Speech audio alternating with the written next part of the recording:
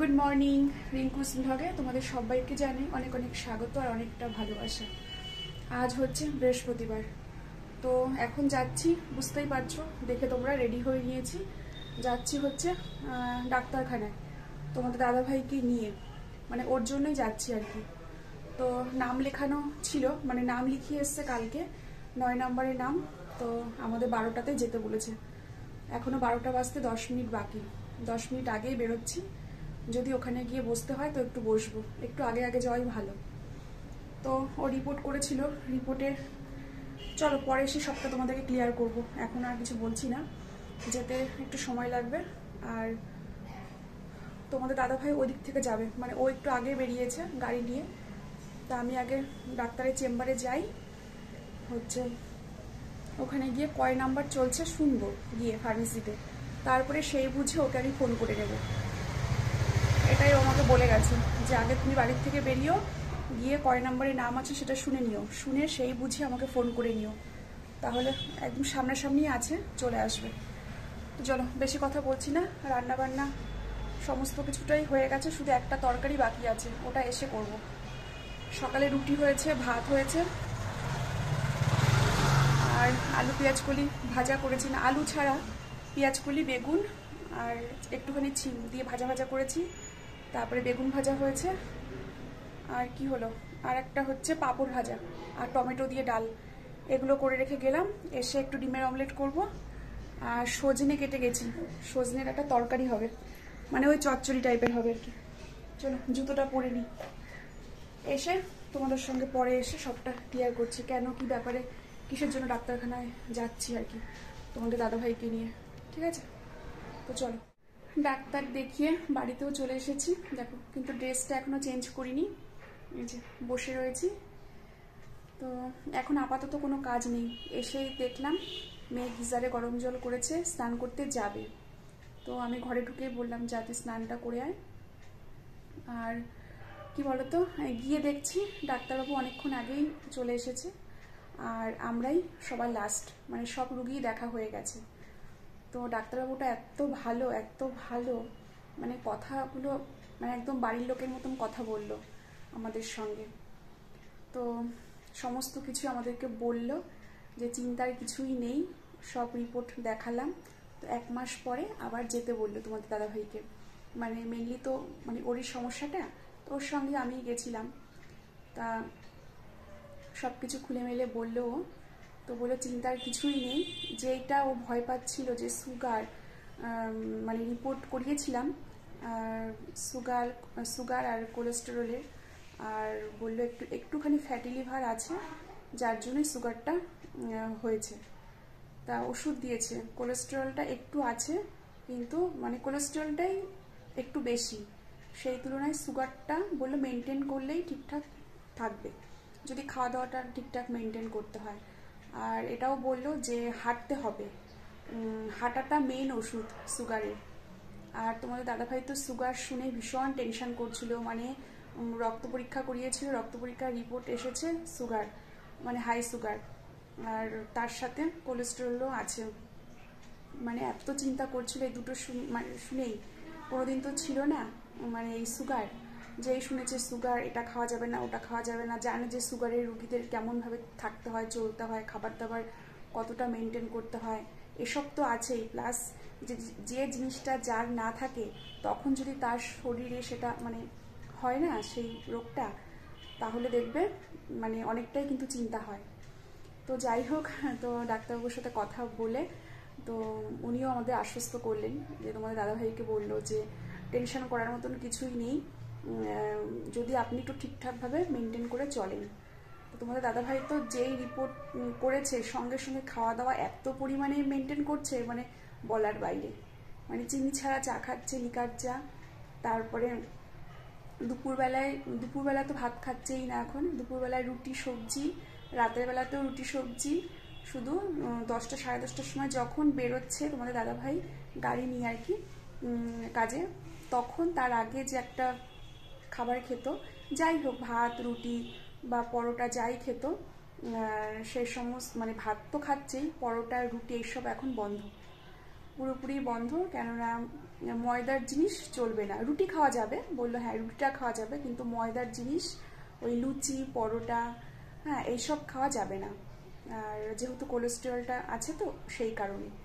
আর বলল যে ভাত আপনি সকালবেলাতেই খাবেন, আর দুপুর যে কোনো একবেলা ভাত, বললো সকাল নাই দুপুর যে কোনো একবেলায় ভাত খান, আর দুবেলায় রুটি। যাই হোক, খাওয়া দাওয়ার একটা চার্ট দিয়ে দিয়েছে, কি খাওয়া যাবে কি খাওয়া যাবে না সমস্ত কিছুই, তার সাথে ওষুধও তো দিয়েছে। তো যাই হোক, একটু আশ্বস্ত হলাম ওনার কথা শুনে। আর যেটা বললো সব থেকে বেশি দরকার সেটা হচ্ছে বেশি করে জল খেতে হবে। মানে একটা আমাদের বোতল দেখিয়ে দিয়েছে, জলের বোতল, সারা দিনে সেই বোতলটার মাপ করে 3 বোতল জল খেতে হবে। বলে জলের পরিমাণটা বাড়ান, তাহলেই দেখবেন আপনার ইউরিন দিয়ে সুগারটা অনেকটাই বেরিয়ে যাবে। আর যেটা বেশি দরকার সেটা হচ্ছে হাঁটা, 40 মিনিট হাঁটতে বলেছে, নাই সকাল নাই বিকেল, যে কোনো একটা টাইমে হাঁটা। আর পারলে একটু ব্যায়ামও দেখিয়ে দিল, বললো ঘরে বসে ব্যায়ামগুলো করবেন। তো এই তো এইভাবে চলতে বললো। তারপরে বললো আবার 1 মাস পরে যেতে, তার আগে আরও 2টো টেস্ট করাতে দিয়েছে, মানে রক্তেরই আরও 2টো টেস্ট করাতে দিল। বলে সেইটা দেখে, মানে সেইটা উনি দেখবেন, দেখে বলবে যে কতটা পরিমাণে সুগার আছে বা কতটা কমলো। এই 1 মাসের যে ওষুধটা দিয়েছে সেইটা খাওয়ার পরে উনি আবার আর একটা টেস্ট করিয়ে দেখবেন। তা সেই টেস্টটা করিয়ে নিয়ে তারপরে মানে ওনার সঙ্গে দেখা করতে বলেছে। Good evening friends. তো দেখো একটুখানি শুয়েছিলাম বলতে 1 ঘন্টা 5-10 মিনিট মতো ঘুমিয়েও ছিলাম। তো বললাম না সেই ডাক্তার দেখাতে গেছিলাম, তো ডাক্তার দেখিয়ে মানে তোমাদের দাদাভাইকে নিয়ে গেছিলাম ডাক্তার দেখাতে। বাড়িতে এসে খাওয়া দাওয়া করে ওই 4টে নাগাদ শুয়েছি, তারপরে একটু ঘুমিয়েছিলাম। তো এখন উঠে হাত মুখ ধুয়ে ফ্রেশ হয়ে সন্ধে দিয়ে আসলাম। সন্ধে দিয়ে আর এদিকে দেখো মেয়েও ঘুমাচ্ছে, এখনো ওঠেনি, পুরো মুখ ঢাকা দিয়ে ঘুমাচ্ছে। আর তোমাদের দাদাভাইকে ডেকে দিলাম 5টার সময়, ও হাঁটতে গেল। তো প্রথম দিন তো আজকেই ফার্স্ট মানে হাঁটতে গেল।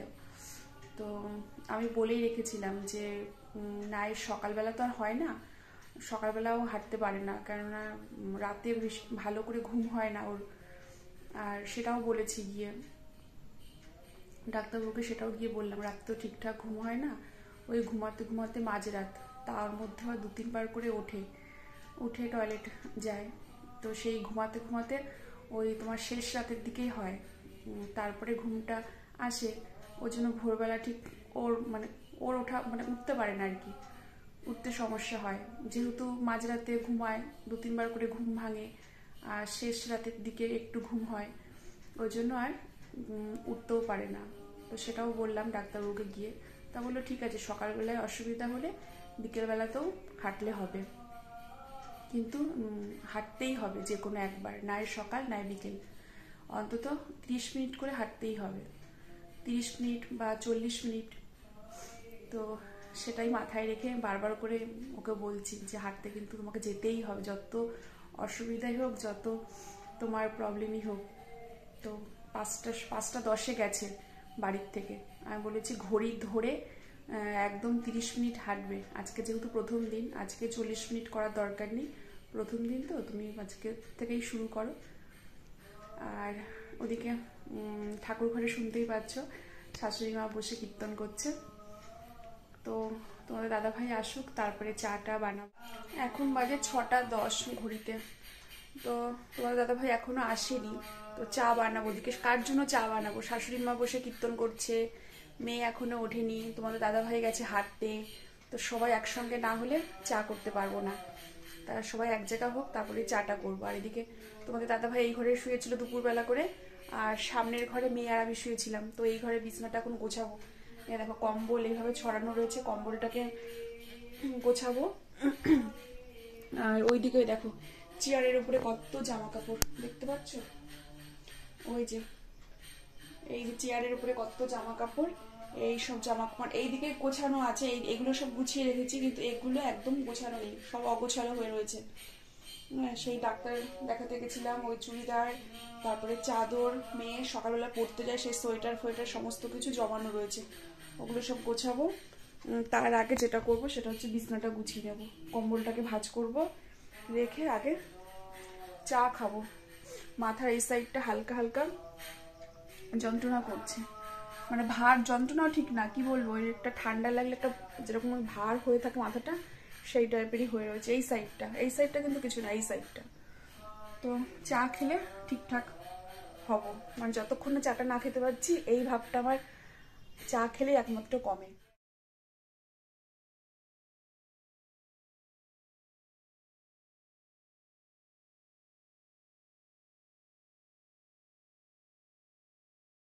তো দেখো রান্নাঘরে এখন চলে এসেছি চা বানাতে, আর তোমাদের দাদা ভাইয়ের জন্য চিনি ছাড়া লিকার চা করে দেবো আগে, তারপরে আমাদেরটা দুধ চা করবো চিনি দিয়ে।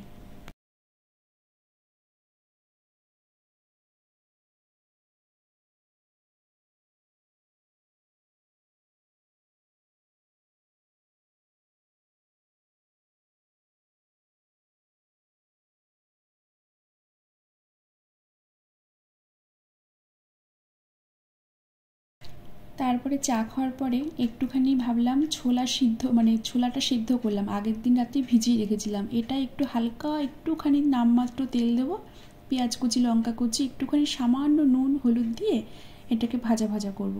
এটাই আজকে আমাদের সন্ধ্যাবেলার টিফিন। তো তারপরে চলে এসেছি রাতের ডিনারটা বানাতে। তো বেগুন ভাজবো আর করব রুটি, আর শাশুড়ি মাকে দেবো হচ্ছে মিষ্টি দিয়ে রুটি, উনি তো মানে ভাজাভুজি রাত্রেবেলা বেশি খান না, তো দিনের বেলা তো সবজি দিয়ে দিই, আর রাত্রেবেলাতে মিষ্টি দিয়ে বা দুধ দিয়ে দিই।